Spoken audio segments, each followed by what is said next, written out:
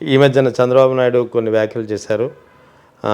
ఇద్దరి కన్నా ఎక్కువ మంది పిల్లల కంటే 25,000 నగదు పారితోషికం ఇస్తానని ముఖ్యమంత్రి హోదాలో ఒక వ్యక్తి చెప్పారు. ఓవైపు ఇండియా ఓవర్ పాపులేషన్తో సఫర్ అవుతుంది, బర్త్ కంట్రోల్ చేయాల్సిన అవసరం ఉందని చెప్పి పదే పదే ప్రభుత్వాలు సందర్భం వచ్చిన ప్రతిసారి నొక్కి చెబుతున్న పరిస్థితి. ఇప్పటికే మన జనాభా చైనాని దాటి నెంబర్ 1లోకి వెళ్ళిపోయాం. అటువంటప్పుడు ముఖ్యమంత్రి స్థాయిలో ఆ వ్యాఖ్యలు ఆయనకి యాప్ట్ అవుతాయి. ఎందుకంటే ఆయన ఒక్కడితో సరిపెట్టాడు, ఆయన వారసుడు కూడా ఒక్కడితోటే సరిపెట్టాడు. వారసుడు ఒక్కడితో సరిపెట్టాడు మీరు ఎట్ట అనుకుంటున్నారు? ప్రస్తుతం అయితే అదే కదా సార్, 12 ఏళ్ళు అయిపోయి, చిన్న వయసే కదా, 12 ఏళ్ళు వచ్చింది బాబు. ఇప్పటి నుంచి 10 మందిని అంటారు. సరే, అంటే 25,000 పారితోషికం కోసం 25,000 కోసం ఎవరికి అనరు కానీ, బట్ ఏమో ఆయన ఉద్దేశం ఏంటో మనకు తెలియదు కదండి. ఆయన ఎందుకు చెప్పాడో నాకు ఐడియా లేదు. నేను ఇందాక చెప్పాను కదా, చాలా విషయాలు నేను కొంచెం దూరంగా ఉంటాను. దూరంగా ఉంటాం అంటే ఈ గాసిప్ లాంటివి తప్ప నాకు పనికొచ్చే సమాజం. ఇది గాసిప్ కాదు, డైరెక్ట్ చంద్రబాబు నాయుడు గాసిప్ అని నేను అంటలే. గాసిప్ అంటే ఆయన ఏ ఉద్దేశంలో ఎందుకు చెప్పి రాజకీయంగా ఆయన రాజకీయం తప్ప మాట్లాడు మామూలుగా మాట్లాడు. అవును, మామూలుగా ఆయన జనాభాని పెంచడానికి మాట్లాడలేదు, లేకపోతే ఇంకో మాట్లాడు ఉండడు. అవును, ఎందుకంటే ఎక్కడో ఏదో దానివల్ల లాభం ఎక్కడో ఏదో ఉండి ఉంటుంది ఆయనకి. సో ఆయన ఏం లాభం ఉందో నాకు తెలీదు. సో జనాభాని పెంచమంటే మాత్రం కరెక్ట్ కాదు. మామూలుగా మన సామాన్య పౌరుడిగా అయితే we should not encourage that. అవును, బట్ ఆయన ఎందుకు చేస్తున్నాడు, ముఖ్యమంత్రి హోదాలో ఉండి చేస్తున్నారంటే ఆయనకి రీజన్స్ ఆయనకే ఉండి ఉంటాయి, మనకు తెలియదు. So what ever reasons he may have, is it right are not అనేది ఇక్కడ చర్చ. రైట్ అని చెప్పేసే కదా, ముందే చెప్పే కదా. నా పాయింట్ ఆఫ్ వ్యూలో ఇట్స్ నాట్ రైట్ అండి, but he might be having his own reasons. అదేలేండి సార్. తర్వాత ఇంకొక లాస్ట్ మీ గురించి, ఈ మధ్యగా మొన్నటి వరకు కొంచెం బాగా అగ్రెసివ్గా అనుకోవచ్చు, లేకపోతే ఏదైనా ఇన్సిడెంట్ జరిగినప్పుడు స్పాంటేనియస్లీ మీ అంతా మీరు ముందుకు వచ్చి రెస్పాండ్ అయ్యారు. బట్ ఈ మధ్యకాలంలో ఎందుకో మీరు సైలెంట్గా ఉంటున్నారు. ఏం లేదు, 2 ప్రభుత్వాలు ముందే చెప్పాక జైల్లో పెడతారు, ఏం మాట్లాడినా జైల్లో పెడతారు. ఎందుకు వచ్చిన గొడవ? నాకు ఏదో ప్రశాంతంగా జీవిస్తే సరిపోతుంది. నాకు ఎందుకు అవసరం? నాకు 80 ఏళ్ళు వచ్చేస్తున్నాయి, చూస్తా ఇవి వచ్చి ఇప్పుడు జైల్లో కూర్చుని చెప్పకూడదు అంటాం, ఇవన్నీ నాకు ఎందుకు అవసరం లేదు కదా. ఏదో కృష్ణారామ అంటే ఇట్ట గడిపిస్తే పోతున్నాయి. ఇలాంటి వాళ్ళ జోలికి ఎవరు వస్తారులేదు సార్? ఏమో ఎందుకు రారు, ఎవరి జోలికైనా వెళ్తారు. ఇప్పుడు వరవరరావు గారిని తీసుకెళ్ళి అయిపోయింది, 8 ఏళ్ళ నుంచి ఉన్నారు. వరవరరావుకి మీకు తేడా ఉంది. వరవరరావు ఆయన సాయుధ పోరాటానికి సానుభూతి పరుడు, మీరు కాదు కదా. మేము సానుభూతి, కమ్యూనిస్ట్ పార్టీ సానుభూతి పరులు మీకు అట్లా అనుకుంటాం. ఆయన కమ్యూనిస్ట్ కదా, ఆయన రెవల్యూషనరీ కమ్యూనిస్ట్ పార్టీ సానుభూతి పరుడు. ఏదైనా కానీ, బట్ ఆయన అరెస్ట్ చేయాల్సినంత అవసరం ఏం లేదు. ఇన్నేళ్ళు జైల్లో పెట్టాల్సిన అవసరం లేదు కదా. సో ఎవరినైనా ఎందుకు పెడతారో ఏమీ తెలియదు. ఆయన అట్లా అనుకుంటున్నాం. మిగతా వాళ్ళు అందరినీ ఎంతమందిని పెట్టారు జైల్లో ఈ మధ్యకాలంలో? లాస్ట్ 10-15 ఇయర్స్లో ఎవరెవరిని పెట్టుకుంటూ వచ్చారు. బట్ లాస్ట్ 2-3 ఇయర్స్లో మరి ఓవర్గా అయిపోయింది. అదని కాదు, బట్ ఎందుకు అనవసరం.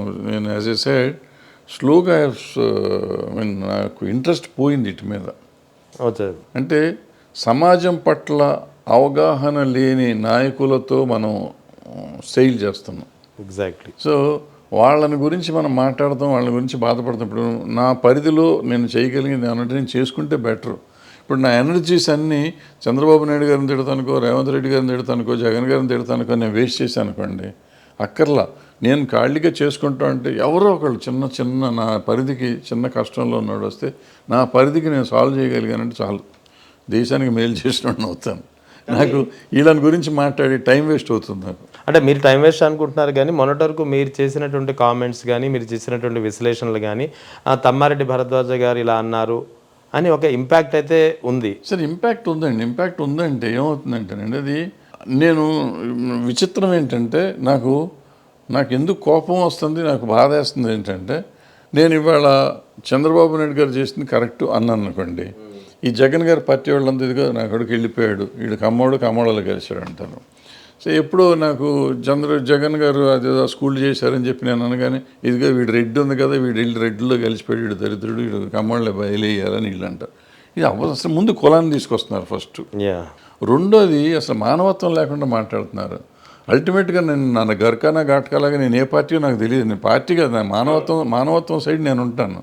బట్ నన్ను వీళ్ళిద్దరూ 2 పార్టీలకు ముద్ర వేసుకున్నారు, 2 పార్టీల్లో తీసేస్తారు, ఉంచుతారు. వాళ్ళు ఇష్టం వచ్చిన రోజు వాళ్ళ పార్టీలో ఉంచుకుంటారు, ఇష్టం లేని రోజు ఇంకో పార్టీలో వేస్తారు.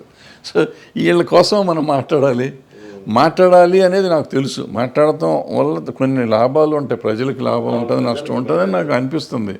కానీ దేనికోసం నాకు అర్థం కావట్లేదు. అంటే ఇవాళ మనుషుల్లో చదువుకున్న వాళ్ళతో సహా మారిపోయారండి, బాగా ఆలోచన విధానం మారిపోయింది.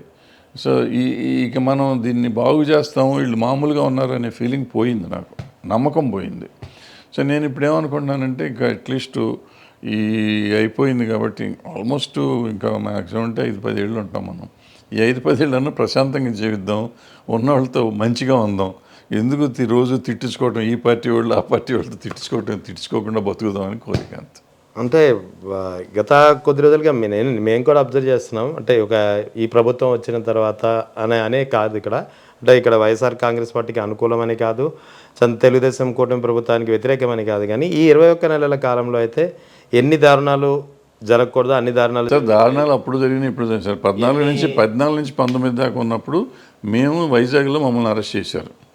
ఎవరు? చంద్రబాబు నాయుడు గారి ప్రభుత్వం. అప్పుడు మేము అడిగాము ఈ ఏమో హక్కులు, విభజన హామీలు నిర్వర్తించాలని చెప్పి వైజాగ్లో చేసాం. అప్పుడు పవన్ కళ్యాణ్ గారు కూడా వస్తానని చెప్పి ఆయన రాలేదనుకోండి, మన చలసాని శ్రీనివాసరావు గారిని వాళ్ళని అరెస్ట్ చేశారు. నేను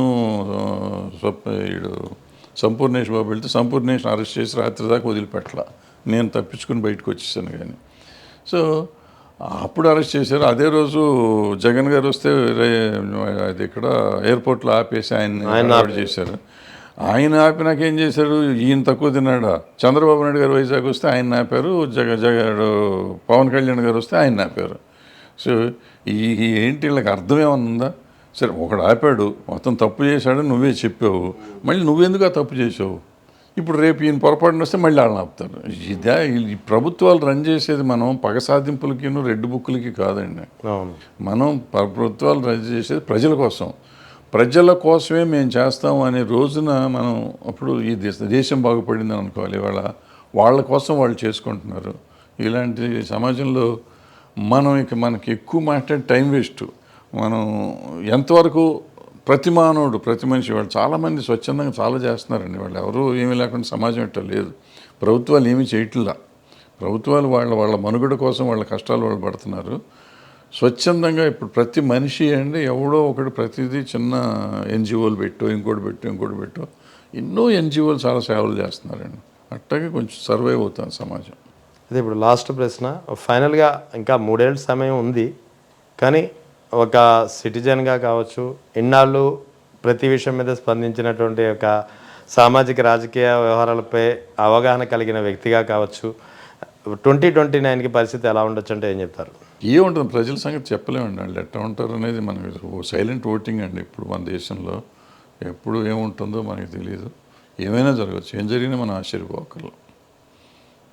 ఏం జరుగుతుందని ప్రెడిక్ట్ చేస్తానికి మనం జ్యోతిష్యులం కాదు, పాడు కాదు కదా. మన ఊరికి వాళ్ళు గెలుస్తారు వీళ్ళు గెలుస్తారని పార్టీలు మార్చేయటం అనవసరం. But we don't know, anything might happen. Right. ఏం జరిగినా మనం ఆశ్చర్యపడక్కర్లా. రైట్. Thank you sir.